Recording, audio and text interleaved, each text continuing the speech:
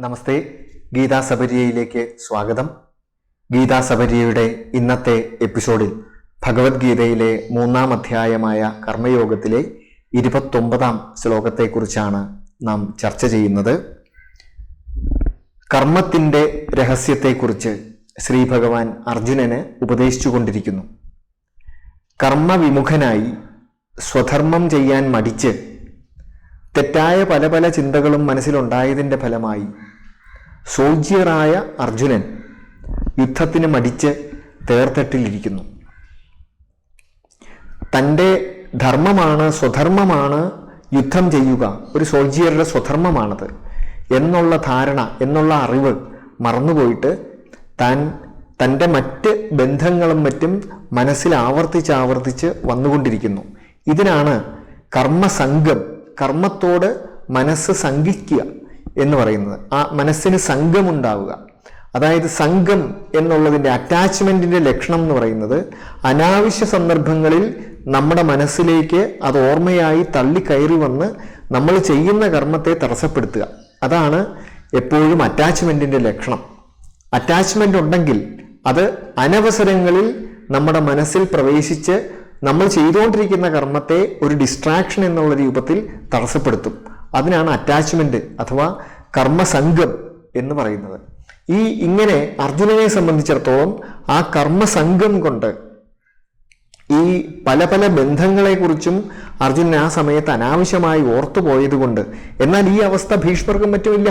ഭീഷ്മരും ദ്രോണരും മറ്റും പാണ്ഡവന്മാരോട് യുദ്ധം ചെയ്യുന്ന കാര്യത്തിൽ സംശയമൊന്നുമില്ല. പക്ഷെ അർജുനന്റെ മനസ്സിൽ ഇത് ഒരു കർമ്മസംഘം ആയി വന്നിരിക്കുന്നു. അതിന് കാരണം അർജുനൻ കർമ്മയോഗത്തിന് തയ്യാറല്ല എന്നുള്ളത് കൊണ്ടാണ്. കർമ്മഫലത്തെക്കുറിച്ച് അർജുനൻ വല്ലാതെ വറീഡായി പോകുന്നു. ഇതാണ് ശ്രീ ഭഗവാൻ അർജുനന് ഉപദേശിച്ചു കൊടുക്കുന്നത്. എന്താണ് കർമ്മം? കർമ്മത്തിന്റെ സ്വഭാവം എന്താണ്? ആരാണ് കർമ്മം ചെയ്യുന്നത്? ഞാനാണ് കർമ്മം ചെയ്യുന്നതെന്ന് വിചാരിക്കേണ്ട ആവശ്യമില്ല. നമ്മുടെ ഉള്ളിലെ പ്രേരണയാണ്, നമ്മുടെ ഉള്ളിലെ വാസനയാണ്, അഥവാ ഈ വാസനയുടെ ഫലമായി ഉണ്ടാകുന്ന സത്വരജസ്തമോ ഗുണങ്ങളാണ് നമ്മളെ കർമ്മത്തിലേക്ക് നയിക്കുന്നത്. സാത്വികമായ പ്രേരണയുണ്ടെങ്കിൽ അയാൾ ധാർമ്മികമായ കർമ്മം ചെയ്യും.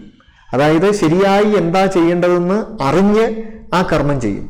അതേസമയം രാജസമായ പ്രേരണയാണെങ്കിൽ അയാൾ കർമ്മഫലത്തെക്കുറിച്ച് വളരെയധികം വറീഡായി ആഗ്രഹത്തോടുകൂടി, അത്യാഗ്രഹത്തോടുകൂടി, ഇനി അത് സാധിക്കാതെ വരുമ്പോൾ ഉണ്ടാകുന്ന ക്രോധത്തോടുകൂടി, അതേപോലെ മറ്റാരെങ്കിലും ആ രംഗത്ത് വിജയിച്ചു കഴിഞ്ഞാൽ അസൂയയോടുകൂടി, ഇങ്ങനെ അല്ലെങ്കിൽ പരാജയപ്പെട്ടാൽ വിഷാദത്തോടുകൂടി, ഇതൊക്കെയാണ് രാജസമായ പ്രേരണയുടെ ഫലം. അതുപോലെ താമസമായ പ്രേരണയാണ് ഉണ്ടാവുന്നതെങ്കിൽ അങ്ങനെയുള്ള കർമ്മങ്ങൾ എപ്പോഴും മിസ്റ്റേക്ക് ആയിരിക്കും, ആലസ്യമായിരിക്കും, മടിയായിരിക്കും, പ്രോക്രാസ്റ്റിനേഷൻ ആയിരിക്കും. അതായത് ഇപ്പൊ ചെയ്യേണ്ട കർമ്മം പിന്നെ ചെയ്യാം, ദീർഘസൂത്രിയായി തീരും.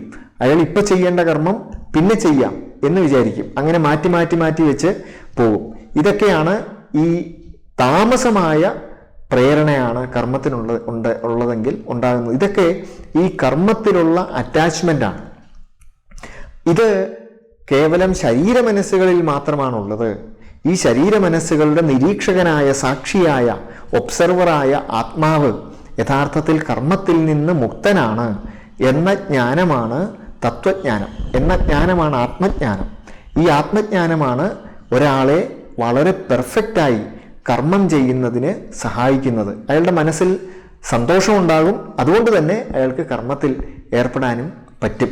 ഇതാണ് ഭഗവത്ഗീത നമുക്ക് അർജുനന് ഉപദേശിച്ചു കൊടുക്കുന്നത്, ശ്രീ ഭഗവാൻ ഉപദേശിച്ചു കൊടുക്കുന്നത് നമുക്കും ആ രൂപത്തിൽ ഭഗവത്ഗീതയിൽ നിന്ന് കിട്ടുന്ന ഉപദേശം ഇതാണ്. കർമ്മയോഗത്തിൽ ഏർപ്പെടുക. അതിന് കർമ്മത്തെക്കുറിച്ച് ശ്രീ ഭഗവാൻ പറഞ്ഞുകൊണ്ടിരിക്കുന്നു. കർമ്മം ചെയ്യുന്നത് ഞാനാണ് എന്നത് തെറ്റായ ചിന്തയാണ്. ഞാനാണ് കർമ്മം ചെയ്യുന്നതെന്ന് വിചാരിക്കേണ്ട കാര്യമില്ല. പിന്നെ ആരാണ് ചെയ്യുന്നത്? എൻ്റെ ഉള്ളിലെ പ്രേരണകളാണ് എന്നെ കൊണ്ട് ഓരോ കർമ്മവും ചെയ്യിക്കുന്നത് എന്ന ജ്ഞാനം, എന്ന കറക്റ്റായിട്ടുള്ള ഒബ്സർവേഷൻ ഒരാൾക്കുണ്ടാവണം എന്ന് ശ്രീ ഭഗവാൻ പറയുന്നു. നോക്കൂ, പ്രകൃതേർഗുണസമ്മൂഢാഃ സജ്ജന്തേ ഗുണകർമ്മസു താൻ അകൃഷ്ണവിദോ മന്ദാൻ കൃഷ്ണവിന്ന വിചാലയേത്.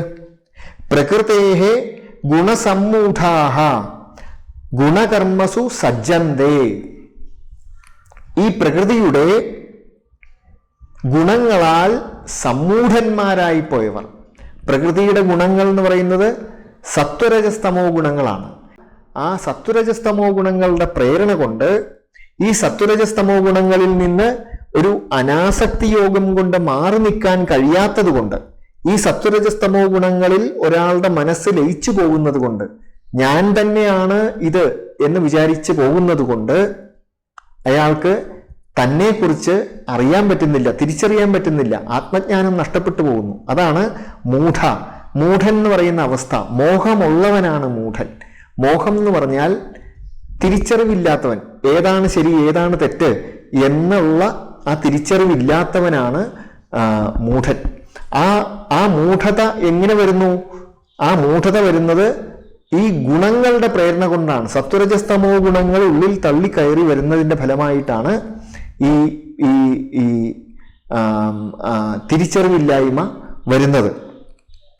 അങ്ങനെ ആ ഗുണങ്ങൾ കൊണ്ട് സമ്മൂഢനായി പോയ ഒരു വ്യക്തി ഗുണകർമ്മങ്ങളിൽ സജ്ജനായിത്തീരുന്നു. അയാളുടെ മനസ്സ് ഈ ഗുണങ്ങളുടെ ഏറ്റക്കുറച്ചിലുകളിലും അതേപോലെ കർമ്മത്തെക്കുറിച്ചുള്ള അയാളുടെ താല്പര്യങ്ങളിലും മറ്റും അയാളുടെ മനസ്സ് അറ്റാച്ച്ഡ് ആയി പോകുന്നു. അതാണ് സജ്ജന്തേ. അവർ അതില് മുഴുകിപ്പോകുന്നു, അവർ അതിൽ ലയിച്ചു പോകുന്നു, അതിനോട് അവർക്ക് അറ്റാച്ച്മെന്റ് ഉണ്ടാകുന്നു. അറ്റാച്ച്മെന്റ് എന്ന് പറഞ്ഞാൽ ലയിച്ചു പോകുക എന്ന് പറഞ്ഞാൽ ആ കർമ്മം കഴിഞ്ഞാലും പിന്നെ സ്മരണയുടെ രൂപത്തിൽ ഈ സാധനം നമ്മുടെ മനസ്സിൽ നിൽക്കുകയാണ്. ഒരു 10 വർഷം മുമ്പ് നടന്ന സംഭവം ഇന്നും നമ്മുടെ മനസ്സിൽ നിൽക്കുന്നു. അയ്യോ ഞാനത് ചെയ്തു പോയല്ലോ, അയ്യോ ഞാനത് ചെയ്തു പോയല്ലോ. കാരണം എന്താണ്? ആ ആള് യഥാർത്ഥത്തിൽ ഈ 10 വർഷം മുമ്പ് ആ സമയത്തുള്ള ഒരു പ്രേരണ കൊണ്ട് എൻ്റെ ശരീര മനസ്സുകൾ പ്രവർത്തിച്ചത് മാത്രമാണത് എന്ന രൂപത്തിൽ അതിനെ വിട്ടുകളയാൻ അയാൾക്ക് പറ്റുന്നില്ല.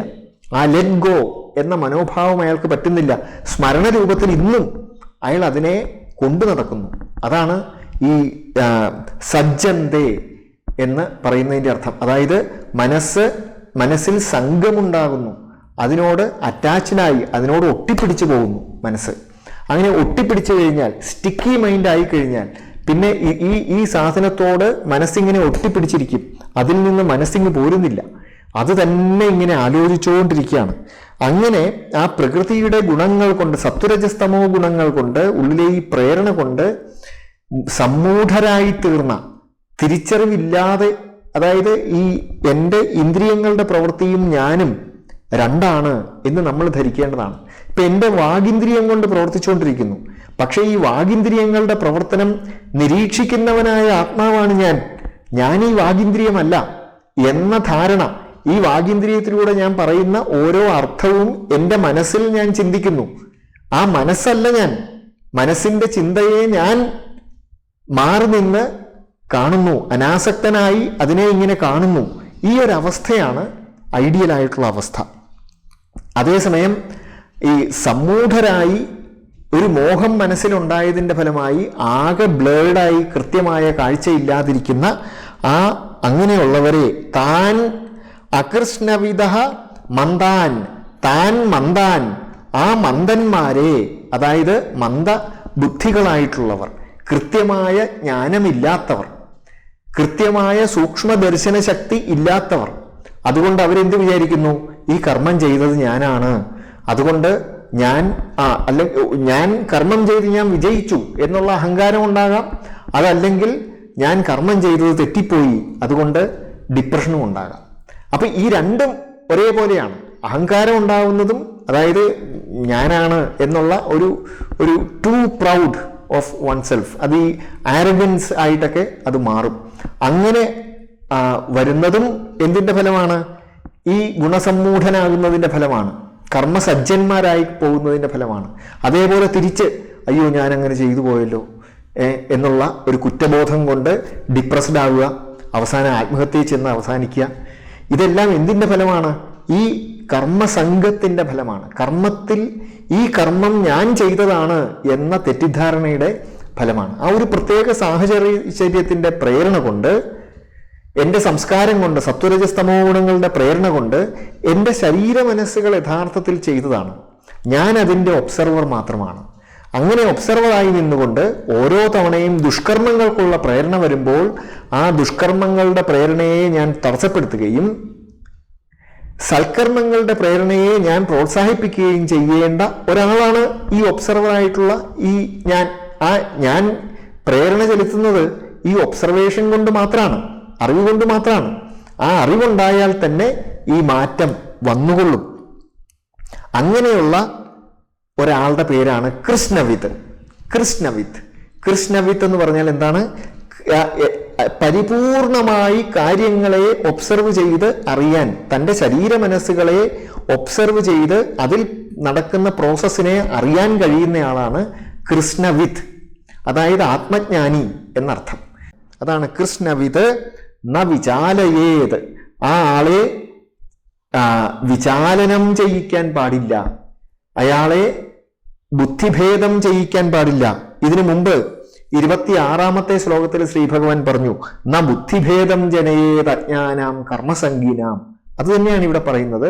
കർമ്മസംഗികളായിട്ടുള്ള ഗുണസമ്മൂഢന്മാരായിട്ടുള്ള അകൃഷ്ണവിത്തുകളെ, അകൃഷ്ണവിത്ത് എന്ന് പറഞ്ഞാൽ ഇവിടെ രണ്ട് കാര്യങ്ങളാണ് പറയുന്നത്. ഒന്ന് കൃഷ്ണവിത്തും പിന്നെ ഒന്ന് അകൃഷ്ണവിത്തും. രണ്ട് വാക്കുകളാണ്. കൃഷ്ണവിത്തായിട്ടുള്ള ആള് ആത്മാവിനെ അറിയുന്നവൻ, പരിപൂർണമായി. കൃഷ്ണം എന്നുള്ള വാക്കിന്റെ അർത്ഥം പൂർണ്ണം എന്നാണ്. പരിപൂർണമായി കണ്ട് ഒബ്സർവ് ചെയ്ത് കാണാൻ കഴിയുന്ന അവസ്ഥയാണ് കൃഷ്ണവിത്തിന്റെ അവസ്ഥ. അകൃഷ്ണവിത്ത് എന്ന് പറഞ്ഞാൽ അയാൾക്ക് ആകെ ഒരൊറ്റ താല്പര്യമുള്ളൂ. എന്താണ്? ഈ കർമ്മത്തിന്റെ ബെനിഫിറ്റ് എനിക്ക് കിട്ടണം.